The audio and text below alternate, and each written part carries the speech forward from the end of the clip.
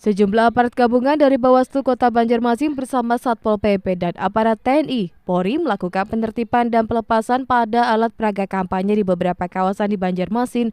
Minggu pagi, mereka melepaskan APK tersebut sesuai dengan aturan yang saat ini sudah memasuki Minggu Tenang. Beberapa APK yang diterbitkan seperti baliho, spanduk, dan beberapa alat peraga lain. Menurut Ketua Bawaslu Kota Banjarmasin, Fahri Zanor, sebelum melakukan penertiban mereka juga sudah melayangkan pada pihak LO dan naradamping kepada peserta pemilu. Kita sudah menggelar apel siaga ya terkait apel masa tenang sama apel persiapan nanti untuk pemungutan dan penghitungan suara ya pada tanggal 14 Februari 2024. Sekaligus juga hari ini kita langsung melaksanakan patroli penertiban APK yang belum dilepas oleh rekan-rekan partai politik.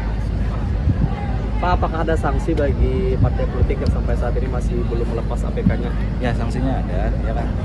Cuman yang jelas dulu kami sebelum penertiban ini kami sudah melayangkan surat kepada partai politik, baik itu dari LO maupun secara personal ya, caleg-caleg yang ada di Kota Banjarmasin untuk melepas secara mandiri sebelum masa tenang ya. Jadi hari ini kami hanya ingin memastikan saja dulu ya APK-APK mana yang belum dilepas ya.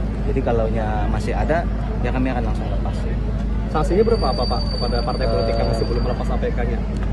Kalau sanksi yang tidak melepas, otomatis kan kami akan bersurat dulu ya. Kalau ditanya sanksi nanti dulu lah ya. Karena ini kan masih dalam masa tenang ya. Masa tenang kan artinya masih bisa dilepas. Yang pasti kalau sanksi utama administrasi ya, sanksi administrasi yang paling jelas. Jadi kalau administrasi panjang urusannya, maka hari ini dulu kami hanya ingin memastikan dulu sebelum nanti menentukan apakah pelanggaran administrasi itu berimplikasi dengan pelanggaran pidana.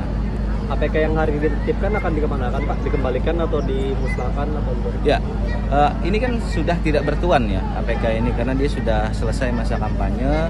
Nah, nanti kami juga terbuka kepada partai politik apabila ingin mengambil APK-APK yang pada saat hari ini kami tertibkan, silahkan mengambil ke kecamatan masing-masing.